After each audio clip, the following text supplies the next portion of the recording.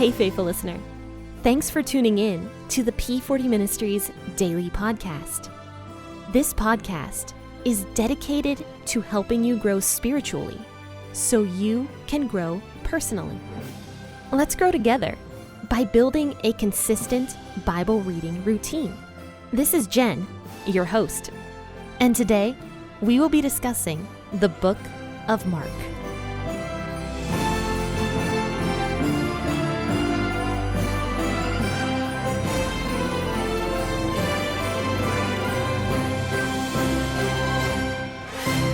Hey, good morning, friends and faithful listeners, and happy Tuesday. Thank you so much for tuning into the P40 Ministries podcast this morning with your hosts, Jenn and Jamie. Yes, my sister is back on, and she is joining us today to discuss an episode out of Mark chapter 12, to be specific. So this is the first time we'll be in Mark chapter 12.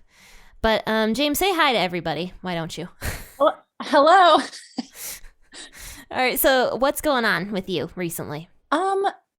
Not too much. I got to see you recently since the last time I've been on the show in person, and got to see the new place that you're living, which was really cool. Yeah. I really enjoyed that. So that was new for me, and I don't know. I guess it's just same old right now. Right. Same here, kind of. All right, so let's go ahead and discuss Mark chapter 12, verses 1 through 12 today. And my sister's going to help me, and we're going to discuss this portion of scripture. And actually, Jamie's going to read it this morning because her audio quality is really, really good today. And I think it'll be cool to for you guys not to just hear my voice constantly. So let's go ahead and read this out of the WEB version of the Bible this morning. All right. And I have to apologize if, my daughter starts running up the stairs. If you hear anything like that, it's just her. So we'll just do the best we can. All right. Okay.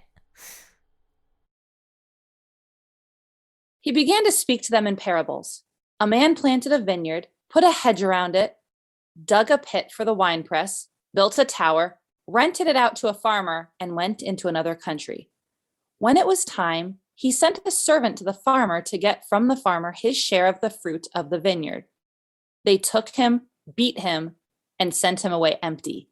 Again, he sent another servant to them, and they threw stones at him, wounded him in the head, and sent him away shamefully treated. Again, he sent another, and they killed him, and many others, beating some and killing some.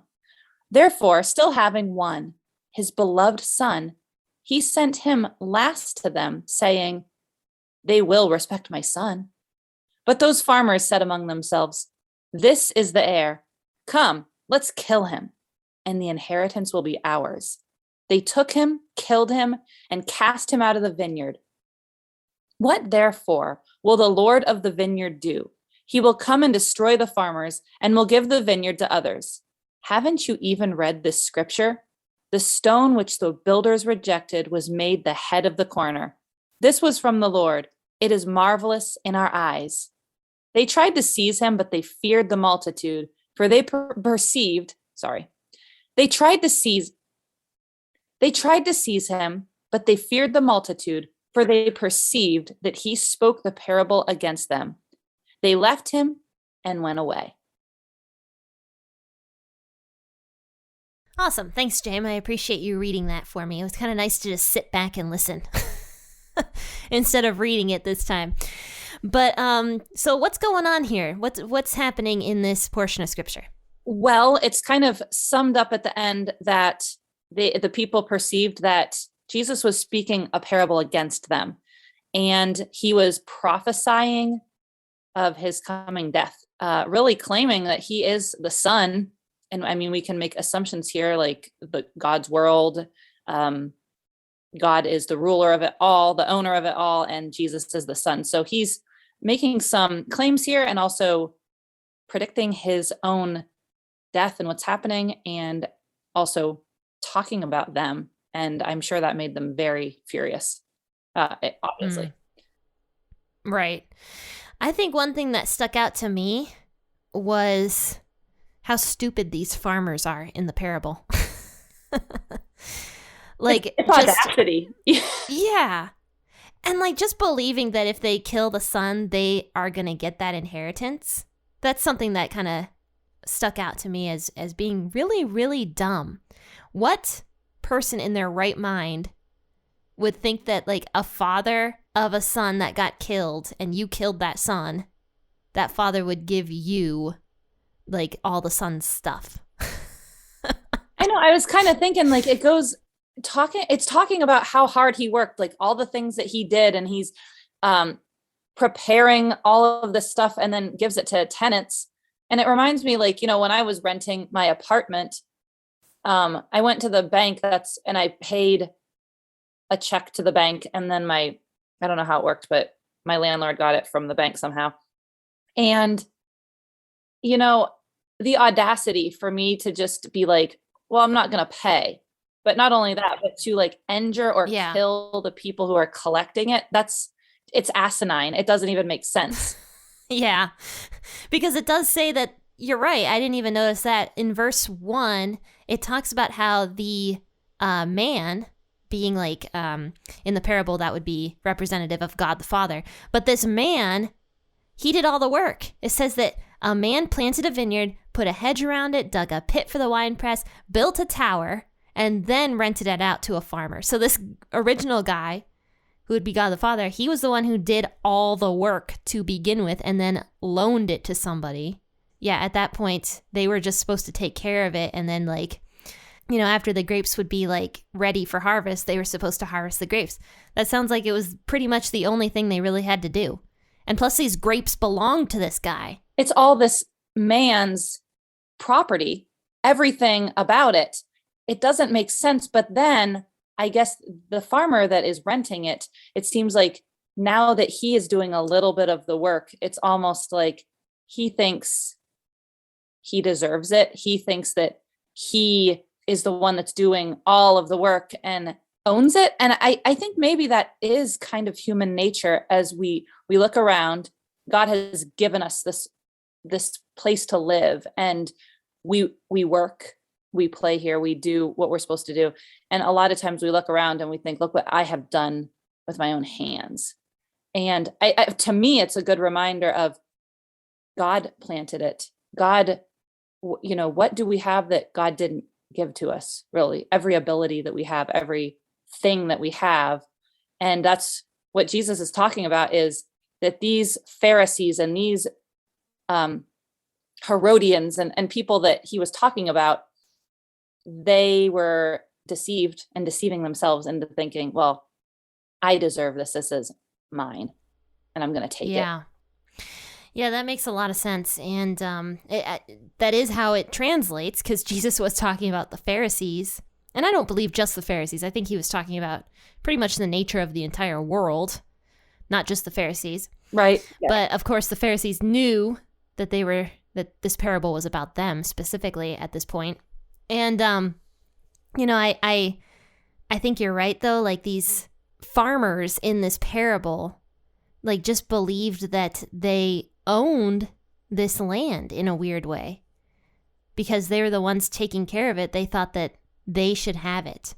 And it says here that this original man who built this entire vineyard went to go send all these servants to the farmers so that they could collect on what the farmers owed the original guy, the owner.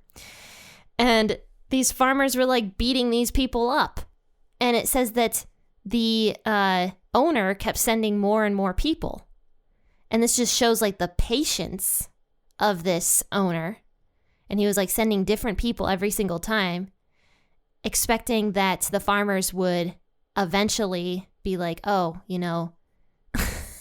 I should probably pay what I owe this guy. But they never did. Listen and do what they're supposed to do. So this parable, who are the people then that Jesus is talking about that God the Father was sending? I would say the prophets of old, like, Jeremiah and Isaiah and all those prophets. I can't think of all of them. I think Jeremiah is the one, when I read this, Jeremiah is the one that I always think of, because, he was thrown in a pit and he just has such a story behind it. The things that the prophets went through. I mean, they're just messengers of God, and yet they were just abused and Yeah. threatened, just like you just Yeah, said. I agree with that. And like, as someone who's like reading through the book of Jeremiah right now, it is very interesting to read Jeremiah's stuff and like all the crud that he had to go through with the people in his time period. They just treated him like absolute garbage. They were so mean to him constantly for years. Like, I mean, Jeremiah was written over a course of like, what was it, like 40 years or something like that? And it was just like one thing after another with poor Jeremiah. Of course, they didn't end up killing Jeremiah, right? No, I don't think they did. But No, he had his share of problems, though. yes, he definitely did. But a lot of the other prophets, the Israelites at that time period did kill. Most of them, I would say, actually. And that's what Jesus goes on to talk about here. Some of them, the farmers abused some of these people. Some of them, they killed. And the father during all this time, or the owner of this vineyard, was being extremely patient through all of this and like giving them chance after chance and forgiving them over and over and over. And so finally he says, they're going to respect my son. They have to, because my son is God. And then all of a sudden, the father sends his son down, and these farmers, who were the Pharisees at the time, and other people as well, did not respect the son either through all this. Exactly. And, that's, you wonder, when people heard these parables and they didn't put it together, like, even if people who didn't believe that Jesus was God or the Son of God, or they didn't believe in what he was saying, when all of this happened and they remembered these parables, I just wonder what they thought as he died. And he said basically here that they are going to kill him. And then that did come true. And I wonder if these stories and parables came back to them and, maybe some of them believed because of it. Yeah, I don't know. I mean, I can imagine that they probably, well, I would say some of them probably did not even think about these parables after Jesus died, because in the book of Acts, the same Pharisees that crucified Jesus were also in the book of Acts, and they were torturing the disciples at that point. True. That's true. So I can imagine they probably never had a change of heart, because if Jesus can't sway your heart when he's on earth, I'm pretty sure you are just a lost cause. So probably the only people that like remembered this stuff, I would guess, is the disciples and the people who wrote these books of the Bible. Like, for example, Mark, who we're reading about today. And I mean, he was one of Peter's good friends. And then, Luke was the good doctor who was researching all this stuff. And then John was one of the 12 disciples who wrote about all this. So I don't know. I mean, yeah, it doesn't seem like the people who heard this thing, we have a really short memory. We forget. Yeah. And the thing about it in verse 12 was they're so angry they try to seize him, but they don't, because they feared the multitude. Like, instead of fearing what God is saying to them, I mean, I would take this as a warning. Like, okay, what is he trying to say? But their hearts were so hardened and angry that they just feared the multitude, because they knew that this was against them. But instead of changing and turning and doing the right thing, they still feared the multitude. And that's the only reason that they didn't seize him and probably destroy him or kill him at that moment. Yeah, that's a good point. Because, I mean, if they knew that this was about them, that means they had to have known that they were sinning. They would have had to know, because if you can admit, even in your heart, that, oh, this is about me, and that was like all the sins, Jesus is talking about how these people were like killing his prophets and, all that stuff. I know it wasn't like they were just like, oh yeah, they're I mean, I don't like this guy, but he's talking about so-and-so over there. Like, they knew exactly where he was going with this. Yes. This was not, they understood this parable very well. Yes. And they probably knew about all the other prophets in the old days that had gotten killed. Yes. And yes. And you know what else is interesting about that? That at this point, because they knew that Jesus would be the heir or the beloved son in this parable, they would have had to have in some way admitted that to themselves, that Jesus was the son. I know, because he didn't say, and then there was another servant. Mm-hmm. I mean, Jesus didn't say, I'm a servant here. I am a messenger. Like he called himself his beloved son. Yes. Yeah. And at other times he does refer to himself as a servant, but not here. Right. Here he was specifically talking, I believe, to the Pharisees and the people who had hard hearts against him, which wouldn't just be Pharisees, by the way. Exactly. But yeah. Yes. But yeah, I mean, that is interesting. You're absolutely right that he doesn't just call himself a servant like the other servants in this parable, but he calls himself the heir, the beloved son, like God the Father's son. So that's a great point as well. But it says here to conclude in verse 12, so after they knew that the parable was about them, they decided to leave him and went away. And I can imagine they went away seething, not too happy, and probably still trying to figure out how they're going to kill Jesus. Exactly. I mean, that is their end goal. And they're trying, I don't think they were going to stop at anything. And they didn't. Yeah. Which is why if Jesus would have become the king of Israel at this time, they would have been even more unable to touch Jesus because multitudes would have constantly been surrounding him, which is why Jesus' death happened the way it happened in the middle of the night on Passover and all sorts of crazy stuff. So yeah, I think that's also one of the reasons why Jesus did not want to become the king of Israel, is because it would not have fulfilled his role in dying. And he needed to die in order to fulfill what he needed to do, which was to save the entire world from their sins through the sacrifice of himself. Exactly. He wasn't there to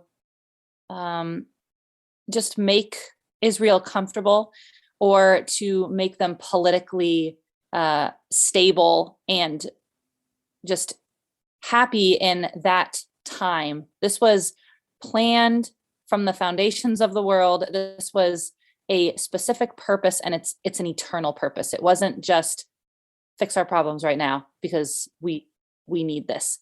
God knew what they needed, and a king on this earth at that time wasn't the purpose. One thing I do want to conclude with, it does say in the parable that the person or people who killed the beloved son were going to be punished pretty deeply. So I think one thing that some people kind of fall into, I've even heard this before. I've heard that Judas is actually the start of the Christian religion because he's the one that got Jesus killed. And people almost like, I don't exactly know what the word is, but people almost are like, yeah, the Pharisees or Judas or the people who killed Jesus are actually the start of the Christian religion, and, they helped do all this, so you shouldn't be hard on them or something. But the thing is, it says here in the Bible that God the Father was going to destroy them for that. And so I think it's important to not get into this like odd mindset that Judas Iscariot should be like almost glorified for what he did to Jesus. I do want to point that out because that is something I have heard with my own 2 ears, and that's not an uncommon belief either. So that is something I believe should be pointed out. That's a good point, Jen. And, it's just like God is so powerful that he can use bad circumstances for his own glory because, that's not a surprise to him. But that doesn't mean we glorify the bad circumstance or evil just because God can use it for his glory and use it for good doesn't mean that it is good. And I appreciate that because I do think that we have a tendency to like worship man and things that men do. But in all honesty, it was God using it all for good, like Jamie said. But friends and faithful listeners, thank you for tuning in this morning, and I hope you guys have a really, really great rest of your Tuesday. And join me tomorrow at 6 a.m. or whenever you wake up for an episode out of Exodus. But friends and faithful listeners, happy listening, and God bless.